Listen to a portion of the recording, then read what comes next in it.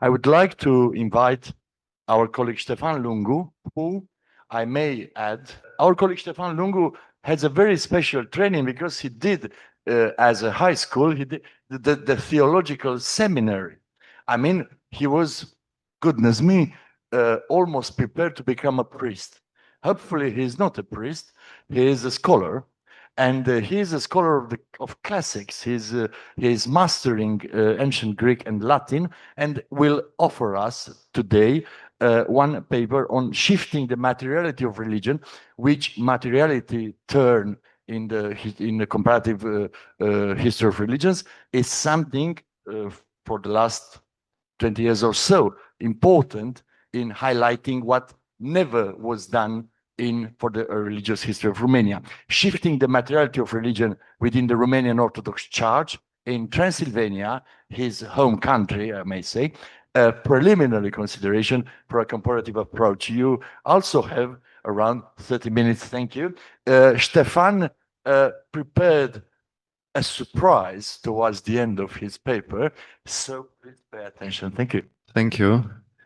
And thank you especially Professor Jenny Butler, because several concepts in your presentation earlier, I do believe that may apply to the small object of this presentation. As Eugen just put it, I had a background from the inside, but it's not auto-ethnography, I promise.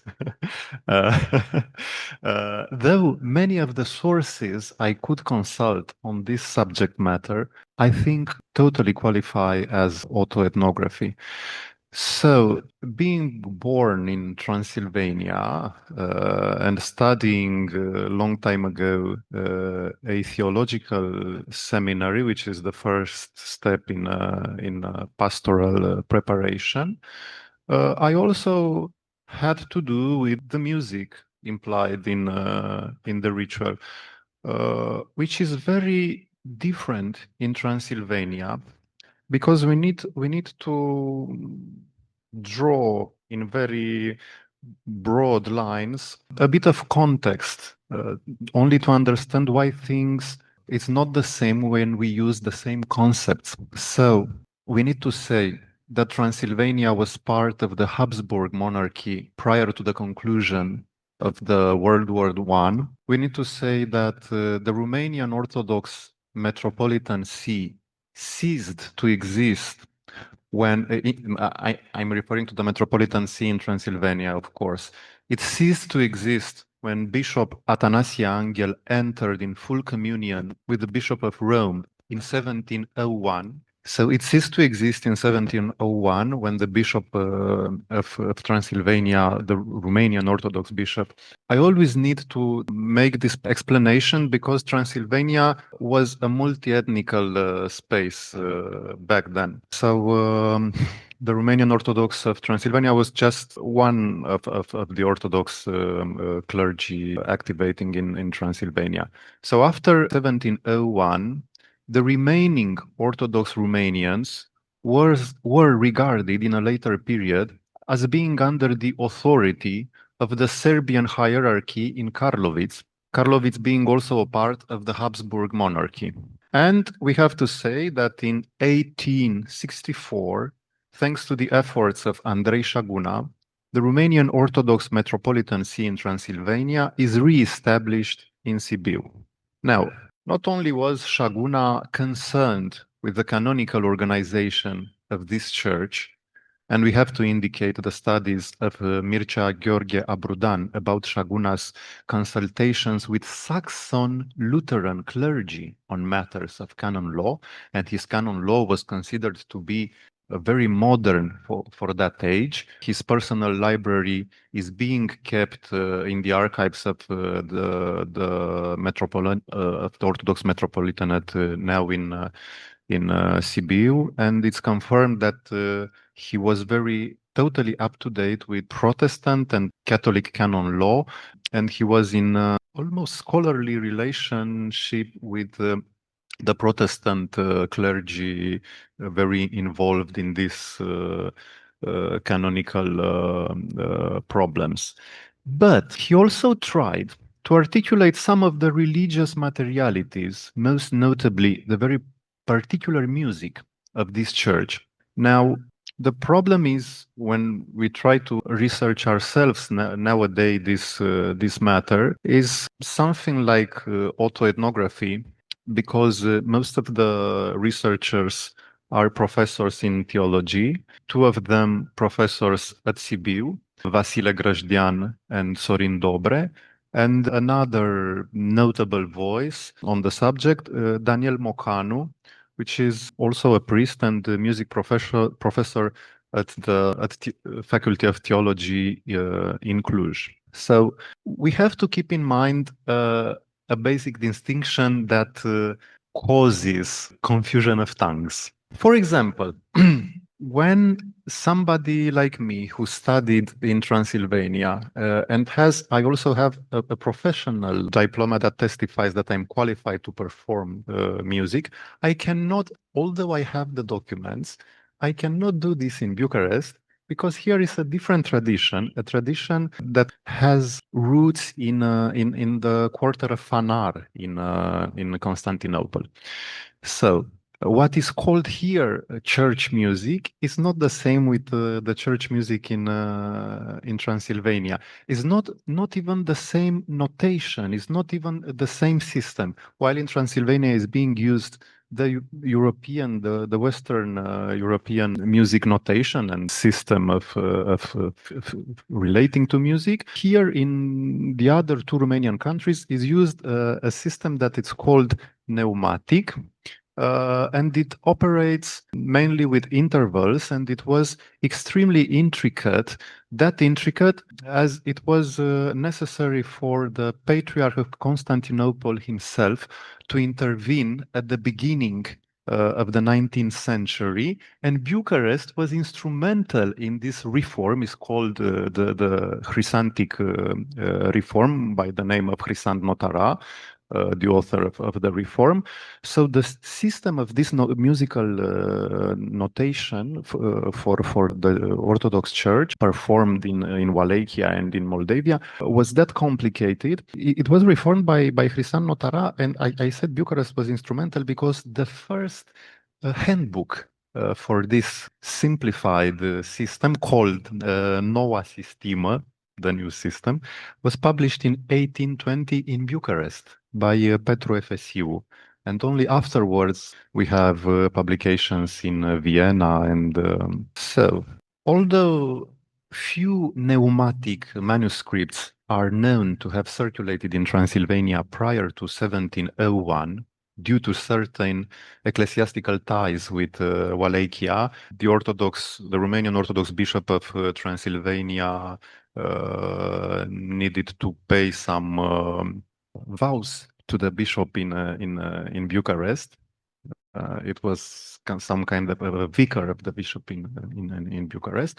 So although pneumatic manuscripts circulated in Transylvania prior to 1701, after this moment, mostly because of the decline of monasteries, they cease to appear, and the church music is transmitted only in oral manner.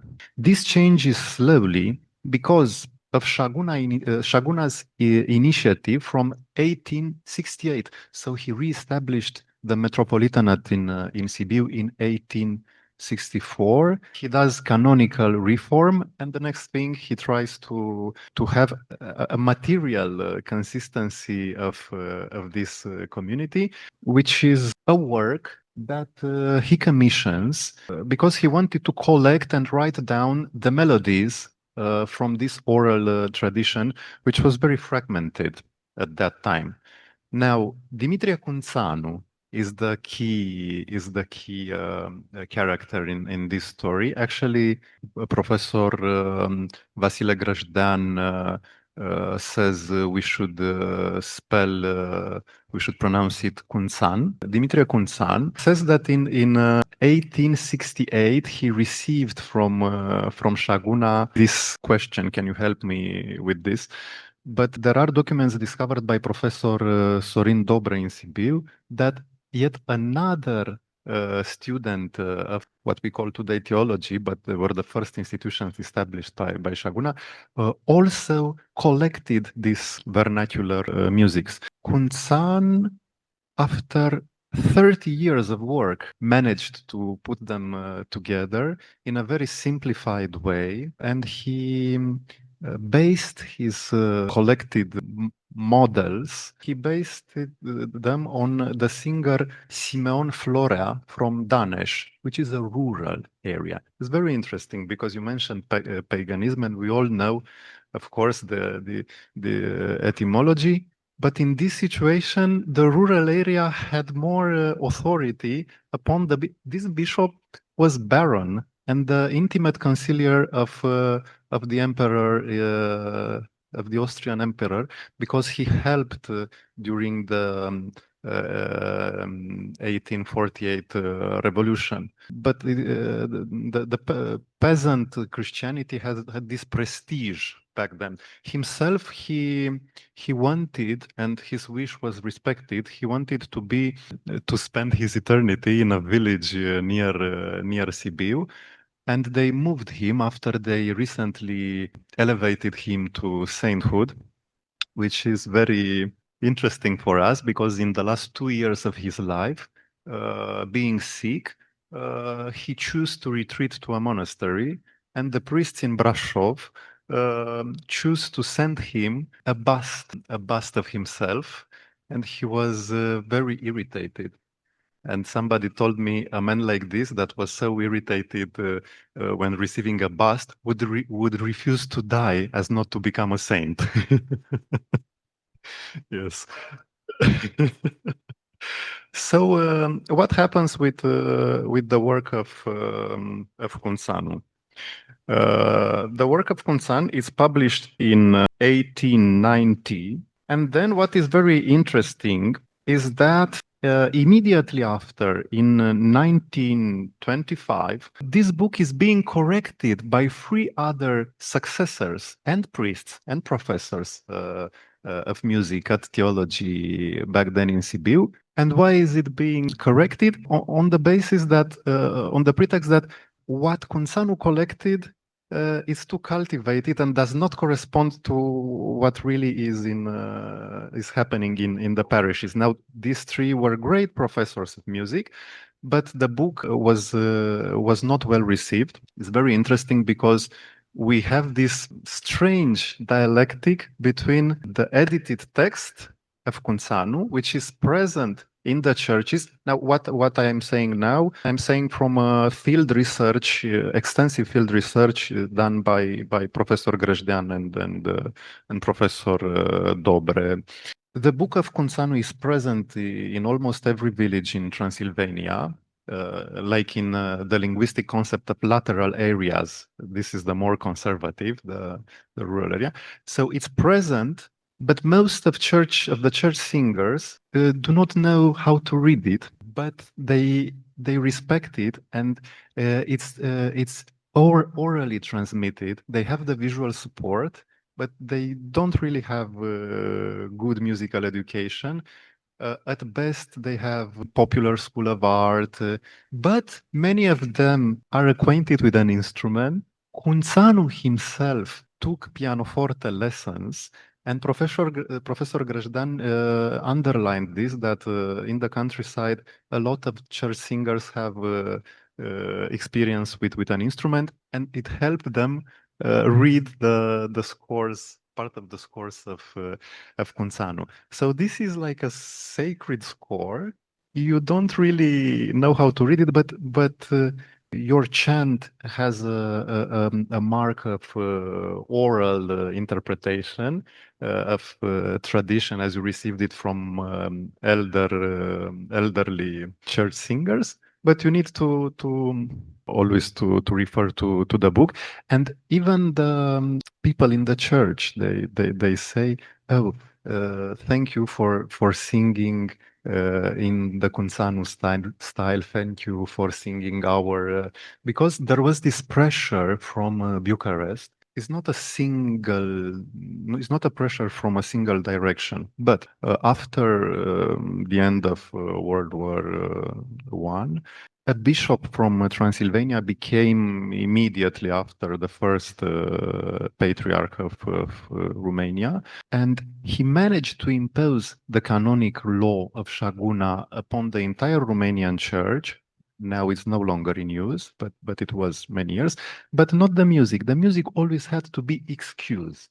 Excuse us for having a tradition, for having not an invented tradition, not a tradition received from Fanar. Excuse us for having maybe an older tradition, because there are musicologists that say maybe this is more Byzantine, what they have in Transylvania, of course, with a lot of folklore, musical folklore influences, but maybe they are preserving something more authentical than a neo-Byzantine tradition. So what happened is that the first book of Kunțan was edited in 1890. They tried to correct it in his colleagues in 1925, but the next two editions and the last, because it was not re-edited, in 1933 and in 1944, they returned to the original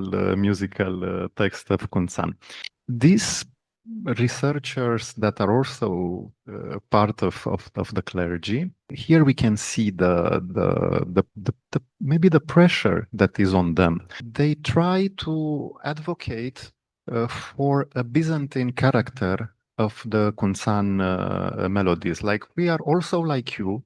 We also did Romanianization. This is the term used by Professor Daniel Mocanu. It's Romanizare here, which refers specifically to what happened in Wallachia and Moldavia, where they used Greek, not only Greek text, but also Greek scores. And the first to coin this concept is Anton Pan. So Romanianizing the scores was also to pay a bit of minimal respect to Romanian prosody, because it's not the same accent as in Greek, and to Romanian sensibility. We know that folkloric sensibility. We know that Anton Pan has Spitalul Amorului with a lot of folklorical. Well, at the same time, monks are have a different mobility, and you can have monks from Moldavia nowadays. You can have them in Transylvania, and they say, no, Kunțan, this is not church music. You cannot sing this in church. But you know what the clergy say? The Orthodox clergy in the villages in Transylvania say about church music here in Bucharest. Well, this is for the lupanars. Yes. It's verbatim. Yes. So they find it it lacks decency, lacks the decency of the church. So they tried to approach to assimilate Kunțan like he's another Anton Pan, but Anton Pan traveled to Brașov. Anton Pan was friends with Transylvanian poets, hence the national anthem. Anton Pan was prior to Dimitrie Kunțan, so he knew the works of Anton Pan, but he chose differently, and the bishop of Transylvania, Andrei Șaguna, chose differently because he had a slightly different project. Now, another term used in these articles is the uniformization. They even wrote it down on the books. In the 1950s and on, but in the 1950s, the Stalinist period, it was the Stalinist terror here. In the 1950s, in Bucharest, they published a uniformified series of books to be used in the church, where No problem. You in Transylvania, you do not know this quasi-Arabic system of neumas. It's not. I jokingly I said because of the visual form of, but it is a strange language. So you don't understand this. No problem. We double it. We translate it into European notation without bar measurements. We don't need this, so that all the country perform the same line from Bucharest, because this is the Orthodox, this is the true. In urban centers, they manage to, especially with regards to the liturgy, to the mass. Yes, they had success, but with regard to the other chants, they didn't. They didn't manage to do it. What Professor Dobre says is that, and Grăjdean, they say that Cunsanu is strongly marked by this character of orality, although you have the book.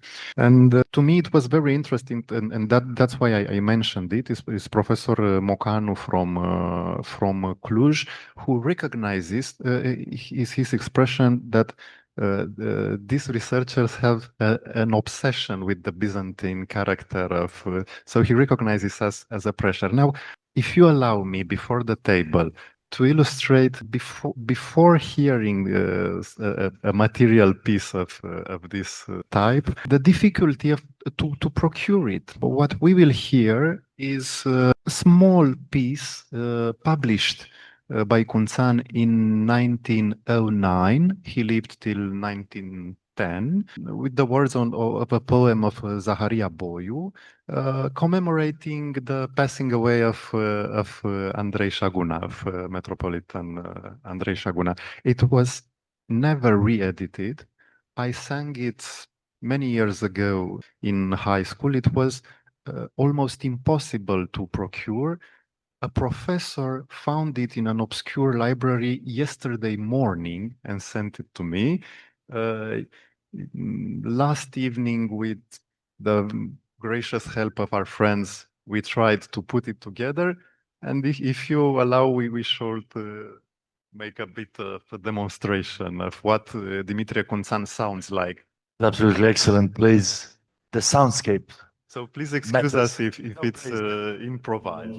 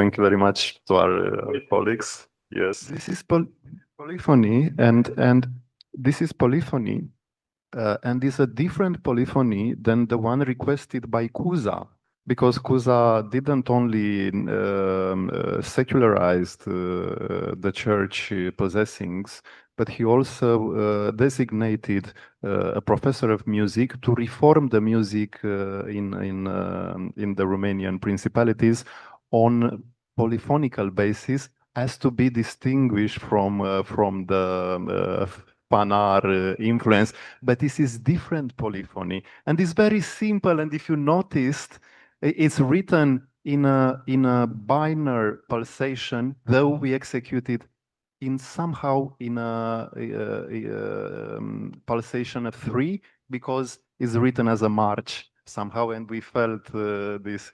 But it illustrates the songs of Dimitrie Cunțan and the tastes of that church that are now denied and needs to take refuge and to find a vivid life in folklore and in other area of peasantry that has some prestige to it. And thank you very much. I hope you like